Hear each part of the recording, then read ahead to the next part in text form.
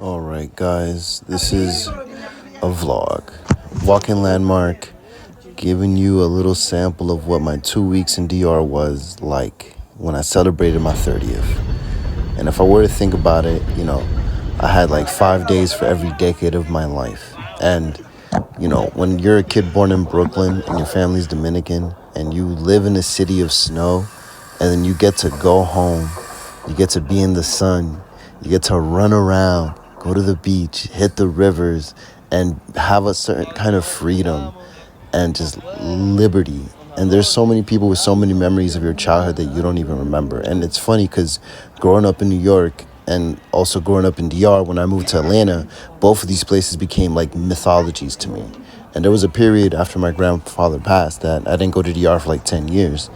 And I broke that in 2021, and I haven't gone back till this trip now. And it's crazy for me to like be back in my New York apartment now, streets grumbling, trucks going out, and still have this in my heart because every day that I've lived, every day that I've lived in the United States outside of my motherland, the culture that raised my mother, and the experiences that I had, really come into a sense of my identity.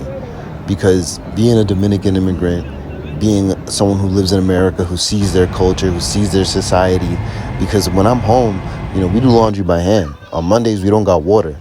When you go to the resort and it's all you can eat, it's because I'm spending American cash. And I can live like an upper class citizen out there.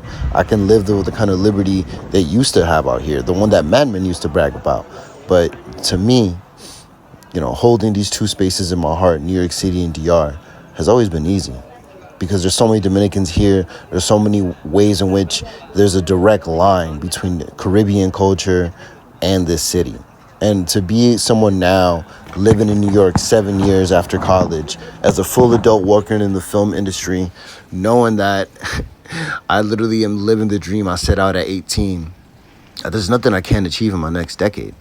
And when I'm looking forward to what kind of liberty, what kind of growth I'm going to have in my personal life, what kind of, professional things we're going to build in DR, I can't wait to break it to you.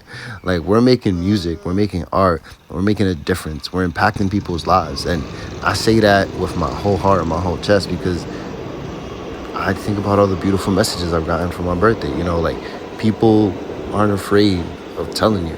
And I know we're all separated by technology and distance and schedule, but we just got to do the spontaneous thing. You just got to show up. You just got to drink your water, drink your coffee at 7 p.m. and just get an extra boost of energy.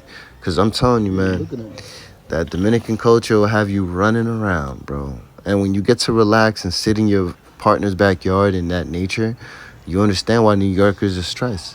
When you have boxes and trains instead of liberty and trees. Shout out to the colmado. Shout out to Mundo NYC. Now that I'm back, I can't wait to celebrate in New York. We're going to hit the bonus room. We're going to hit basement. If you can't get in, not my fault.